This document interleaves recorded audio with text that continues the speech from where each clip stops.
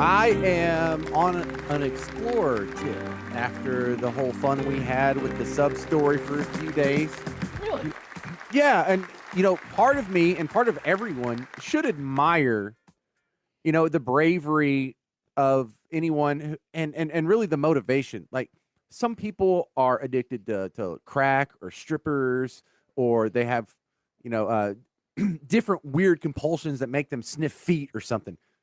This guy just really wanted to see the Titanic. This guy who owns his company and this millionaire dude that wanted to go, they're really driven to go do great scientific explorations and accomplishments. So, like, it's almost important that people have these different weird compulsions. That something dawned on me about a decade or so ago. I became friends with these two ladies who are really into animal rescue. They have a real estate brokerage in New Orleans, but in their free time, they go around the horrible, worst neighborhoods of New Orleans and they find dogs that are off a leash or like some pit bull that's chained down and emaciated and dying in the 30-degree weather in the front yard. And they will literally go to horrible neighborhoods and rescue these animals, take them in, nurse them back to health, find them homes and whatever. This is their bag. Now, I love dogs and I love cats, but not like that. No. We need people with these specialists, if there wasn't a guy who was really into brain surgery, we wouldn't have brain surgery. And if there wasn't a guy someone's got to rescue the animals, someone's got to pick up the trash. What you're trying to say is we need weirdos. We need weirdos and dorks who are hyper focused on one area. I agree with you. There's a lot of shit that I can't do that I'm glad some nerd out there spent the time doing. Yeah. I didn't go to med school. I'm glad somebody else did. Right. And I'm not one of these OCD people who's hyper motivated to do really anything. I mean, that's partially the reason I'm such a loser. But when you find these people, if you can just steer it in the right direction, sure. These idiots' pain over and over throughout history has moved all of humanity forward. And so I've been reading into some of this, and I want to share with you the story of, do you know Robert Falcon Scott? Nope. Tell me. Maybe I will with a little detail, but no, that name does not sound familiar. See, the sucky part is we always make the joke like whoever wins first place in the 100-yard dash at the Olympics, everyone knows his name. Second place, never heard of him. Uh-huh. Well, you don't know this guy because he was the second human being to reach the South Pole. Yeah, who cares?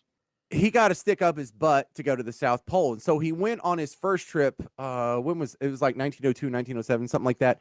And so he went on his first trip, which you can already tell there's a second trip. And the first trip failed, but he got further than anyone else did. But did he go on the first trip before or after Hillary? Edmund Hillary was the first guy on the top of Mount Everest. Wait. Hold, yeah, wait. South Pole was first discovered by Amundsen. He's a Norwegian dude. Yeah, never mind. I didn't know that. All right, I thought it was Hillary. But go ahead. Okay, so but the guy who did it first, did he attempt it first before him and fail?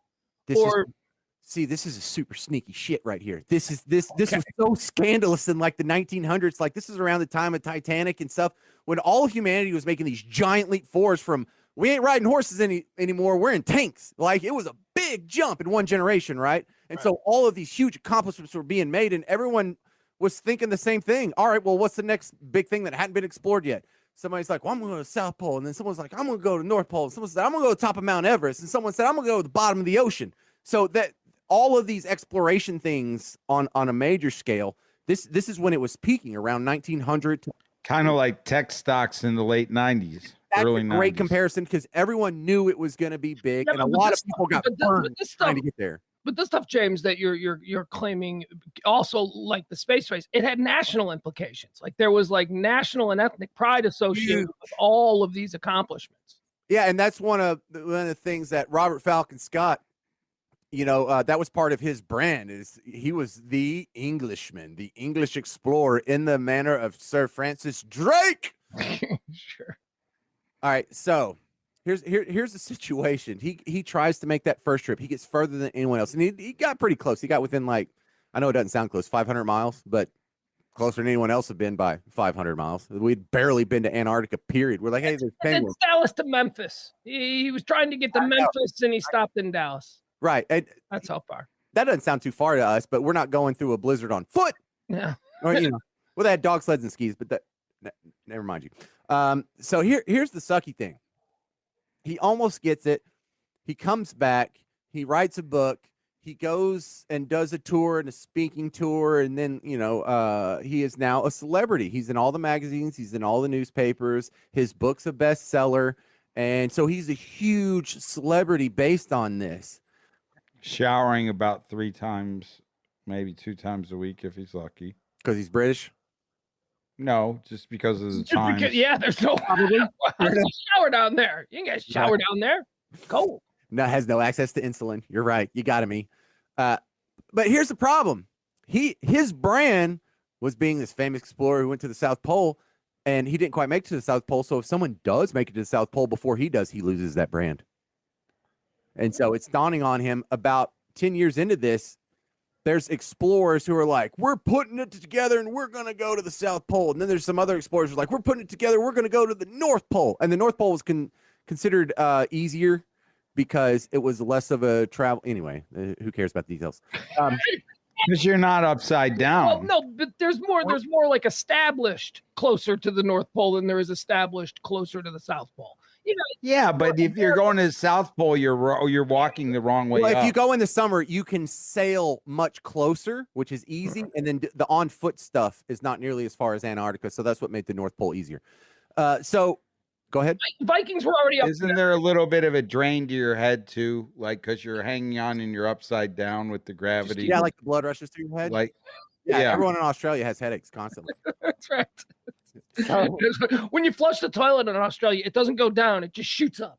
So let's talk about this other guy, and Amundsen. I'm not Norwegian, so I'm probably mispronouncing it. But Amundsen, he is a dude that is an explorer who did all. I gotta step away. I'm sorry. I gotta step away. The dog is going absolutely insane downstairs. Sure. Let me check on this. I'm sorry. I'll be right back. She might have made it to China. There's somebody at the door. You know how she gets. Oh God. All right, so there's this Norwegian dude, Amundsen, and he is an explorer of his own right, has all kinds of accomplishments, has all kinds of credentials, has all kinds of experience. And if anybody's going to be able to go to the South Pole, it'd be this guy. But he doesn't want to go to the South Pole. He wants to go to the North Pole. So he is raising money, and he gets like $80,000, which at the time is like $16 million now, whatever it is.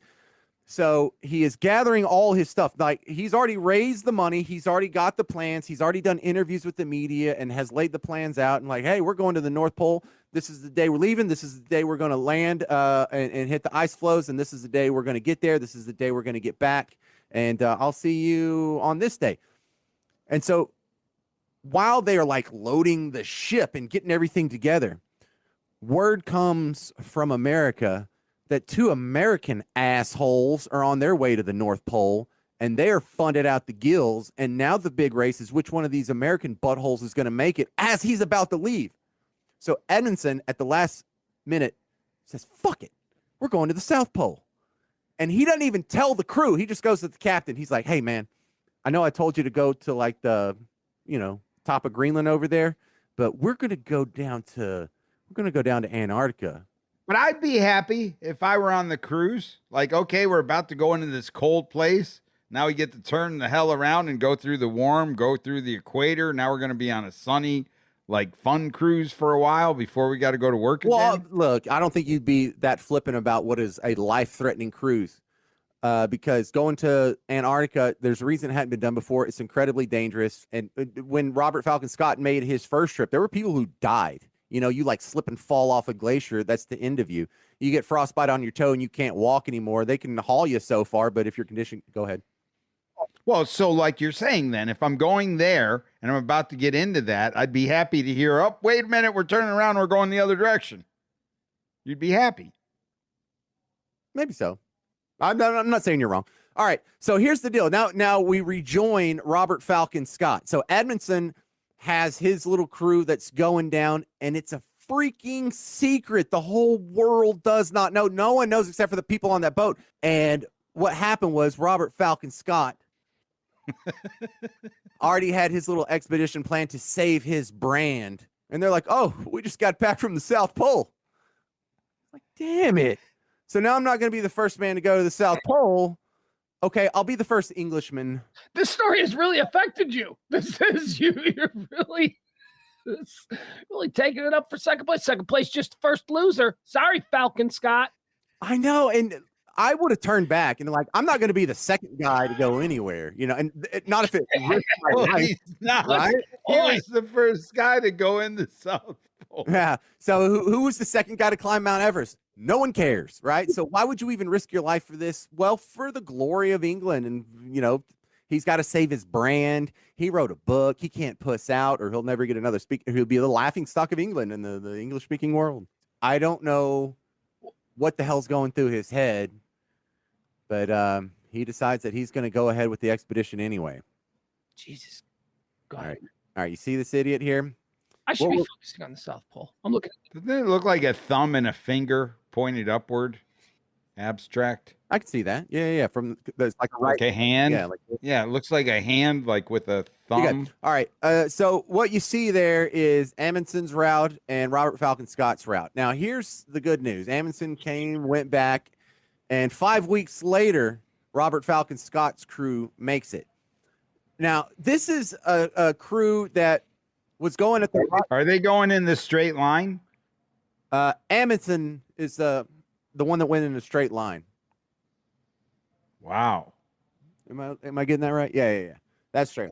That's interesting. Is that a glacier he's going through, or is that like a river? It might be Argentina. I'm trying to think of the best way to get to the South Pole. I'm thinking Argentina might be the best place.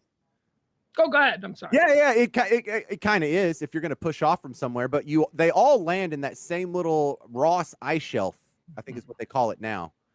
And yeah, you're absolutely right, E. That there is glacier passes at a couple of places that hold up many expeditions. This isn't like the first or second people that tried to go to the South Pole. These are just the furthest that anyone got. And so it hadn't been unheard of that you had giant teams of very capable people going to Antarctica trying to get to the South Pole, but they get stopped because there's big level ups.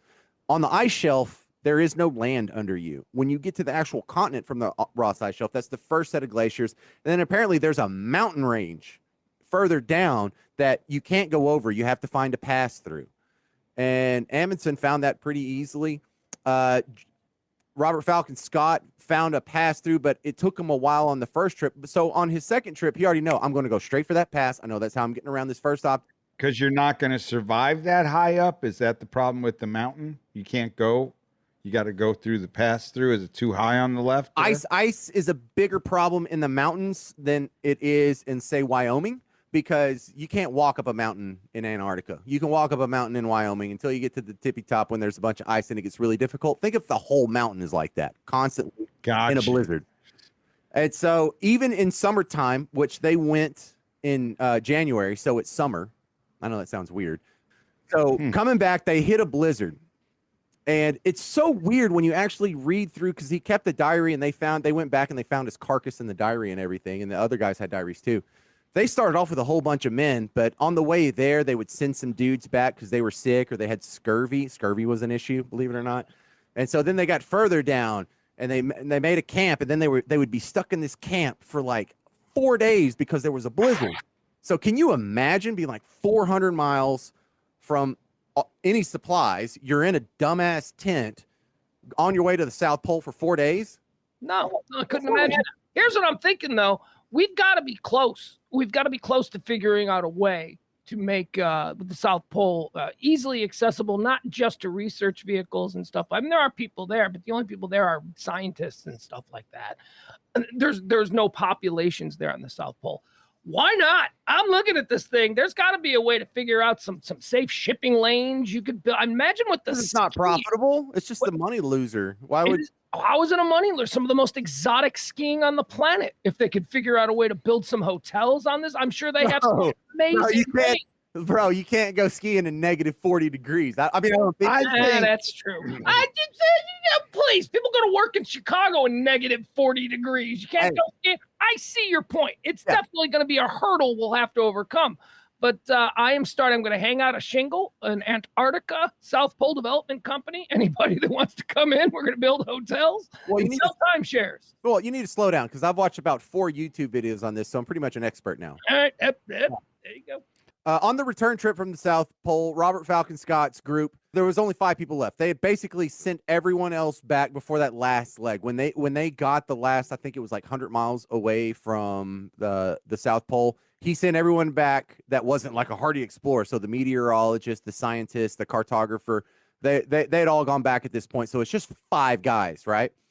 On the way back, when they get to that first big shelf on the way back, there's the second one there. But when they get to that row of glaciers that is another mountain range in Antarctica, some dude slips and falls and injures himself, and that's it. But there's nothing they can do for him. There's no emergency room. Nope. I mean, we could set a broken leg, but what are you going to do? Ain't nobody coming. We gotta wrap it up with a branch on one side and a branch on the other. We could put you on this sled and carry you, but that sled is carrying everyone else's food. So what do we do? He dies. He says, leave me. And they do. And he dies. Yeah. So now there's 4. So then they're on their way back. And just like on the way there, when there was some random blizzard and negative 40 degrees. And by the way, I learned today that Fahrenheit and Celsius cross each other at negative 40 degrees. Negative 40 degrees. degrees. Put a bullet in his head. Did they at least, you don't just leave him to die to the elements and be eaten by penguins. You got to put a bullet. So you're saying 40 and 40 is equal? No, I think he fell asleep and they just left him. Like, yes, 40, negative 40 and negative 40 is equal. So there's another one. They're going through everything you expect. They're starting to get frostbite on their toes, like the toes are just thumping off. And there's this one dude, when they are stuck in this blizzard, it's the 3rd day that they've just been in a tent because you can't travel if it's negative 40 and it's a blizzard with sideways snow coming at you and high winds. You'll kill the dogs. So some dude gets kind of delirious. He's been so cold for so long. They're malnourished. Scurvy apparently messes with your head too. I hadn't had scurvy before. Bleeding gums. They all had bleeding gums. I learned a lot about scurvy reading this diary. So this dude's name is Oates. Eat your lemons. And Oates says, man, I'm not feeling so good. And they said he had been delirious all day, talking to people that aren't there and sort of hallucinating and stuff. He's like, listen, man, I just need to go outside and take a walk. I'm going to be a while. And so this dude goes and takes a walk, and he doesn't come back. That's it. There goes Oates. We don't know what happened to him after that. So now that's how Oates would have liked to just go out, just disappear off into the snow.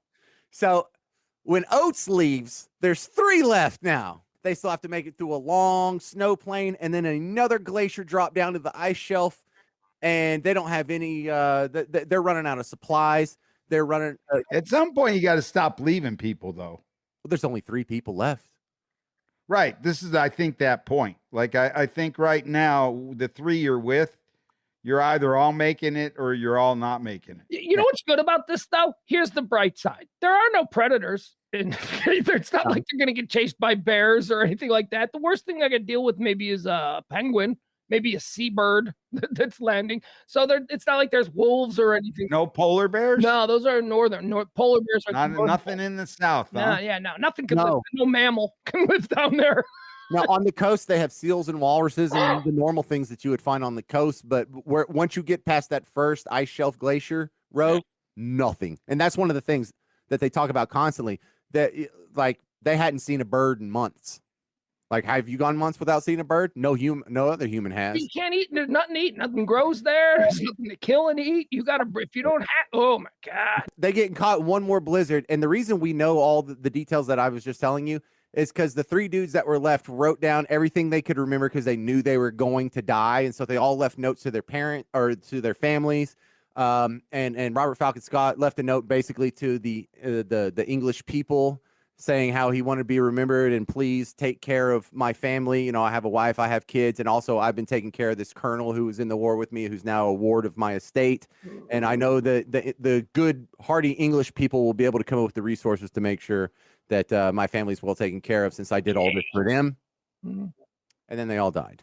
And then he was the last one, though, because they went back 5 years later and found all their carcasses, and they found all their diaries. But he was the last one. There was a dude that was 20 miles behind him, and there's another dude who's like 100 miles behind both of them. And so they didn't stay together. They just went until died. That was it. That's how it worked.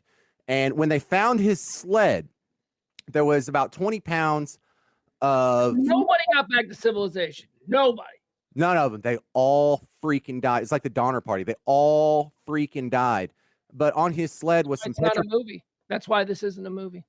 Also, on his sled, though, they found petrified wood, which to this day stands as the most solid proof that when they went and grabbed it off the side of some freaking mountain deep in Antarctica, they used that petrified wood to prove that, about 100 million years or so ago, that Antarctica actually had a forest on it, and it was not at the South Pole. It had moved there and was previously inhabited by plants and animals.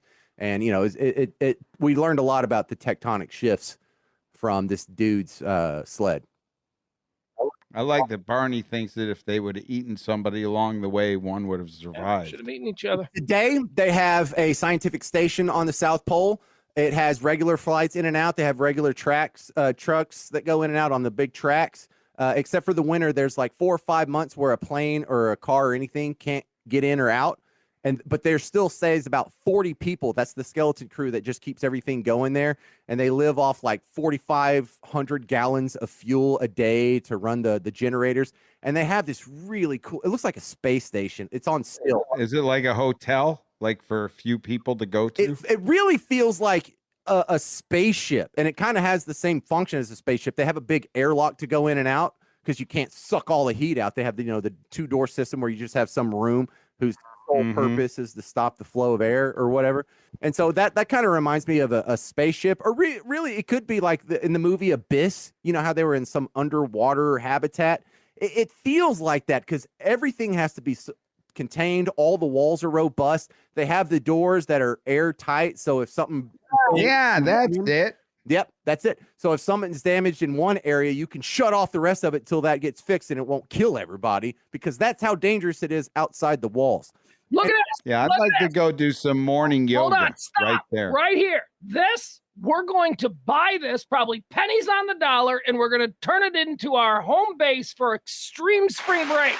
Look at this. You tell me you can't put a dance floor. We'll get MTV down in here, set up on a stage. Oh, heck, man, that could be the grow farm in Oklahoma. Like all those red things are the rooms. They have medicinal and marijuana. Then, like the silver is just like the like where you kind of hang out and party, almost like a top golf deck. man, this place looks awesome. All these things look fun. That's not the South Pole Station. That's not it at all. British Antarctic System. Is that thing like crawl around? What we're looking at right here is the British Antarctic Survey Station. Yeah. So they have a lot on the coast, and then they have one big station called McDougal Station that's like a few hundred miles inland. That's this one right here. Is that McDougal? United States McDougal. Yeah, McDougal. Yeah, with the flag there. Yeah, and so that's more military than anything. The station they have at the South Pole is almost exclusively scientific. And there's a dude that does a tour through it, so you can see everything they've got in there.